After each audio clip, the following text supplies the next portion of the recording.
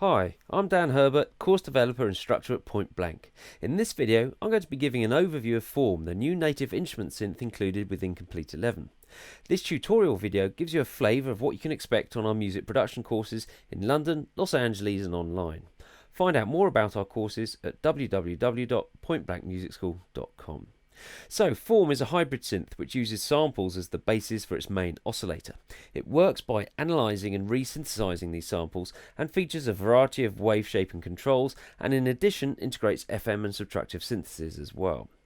Form is great for a whole range of sound design applications and can be used in so many different ways. It does glitchy, evolving textural sounds, buzzy digital sounds, dissonant and gnarly sounds, as well as more conventional sounds too.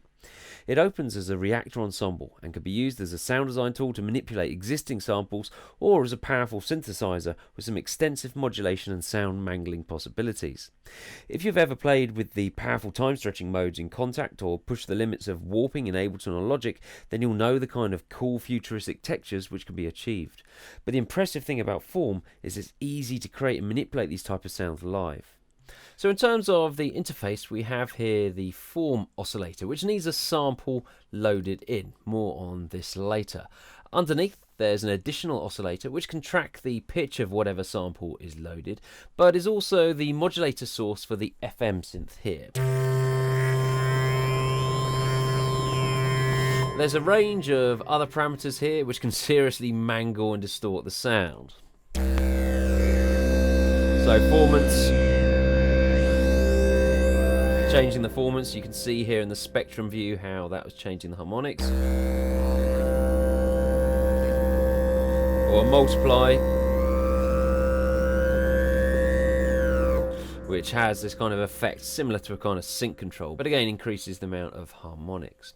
So to the right we've got our modulation section with familiar envelopes and LFOs, as well as this option which allows you to combine different modulation sources together.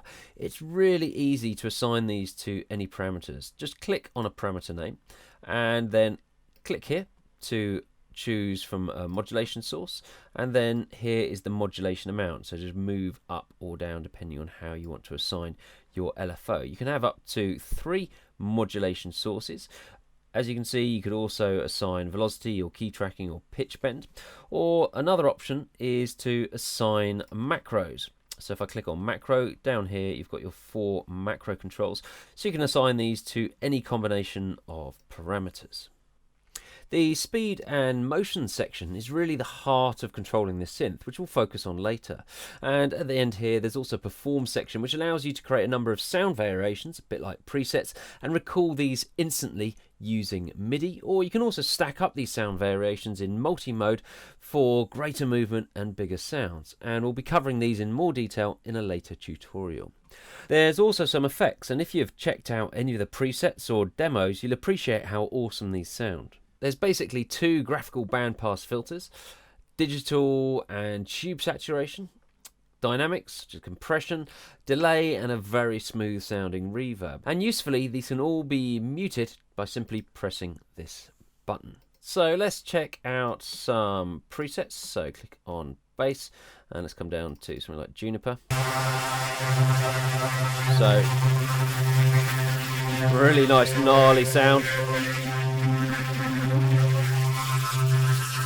Or how about Rumble Grumble?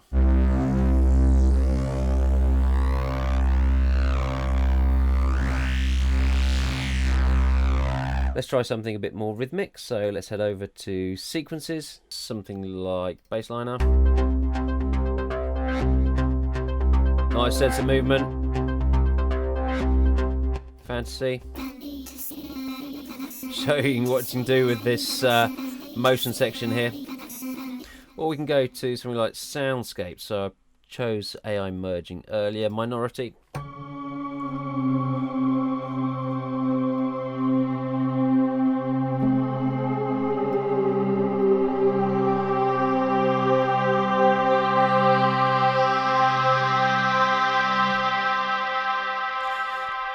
So you get the idea, some pretty awesome sounds there. So the first important concept to realise is that Form needs an imported sample to work. This could be an included sound or any WAV or AIFF from your hard drive. The sound of this sample has a significant effect on the overall sound.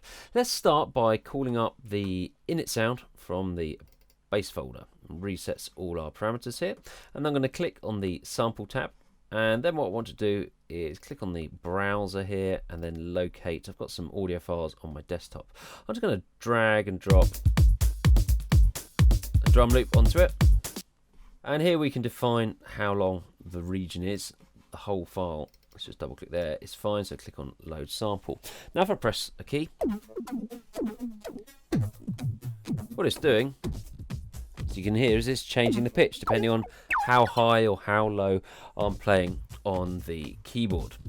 Now here's the cool thing, if I grab hold here, I can now explore the whole of the sound. So basically real-time time stretching. And if you're into your square pusher, you'll recognise some of these sounds. So this sound is used as the basis for this Form OSC here, and depending on these different parameters here and also in the OSC effects is how similar it is to the original. Now, like I mentioned earlier, the crucial part of using Form is related to the speed and motion sections down here. Now when I press a key, you can see this line scrolls across from the beginning to the end, and this line here represents how it tracks through the actual sample. So think of this like an LFO with a sawtooth here, and that's just controlling the playback position of a buffer. Now here's the cool thing, if I click on curve presets, I can then call up a different shape, so a triangle shape. Now let's press a note again. So it's going a bit faster now, and then it goes backwards. Okay, so let me just halve the speed of it, because what's happening here is it's going from the beginning to the end of the file in half the time. So now if I play again, that's sounding a bit better. When we get to this point, it reverses.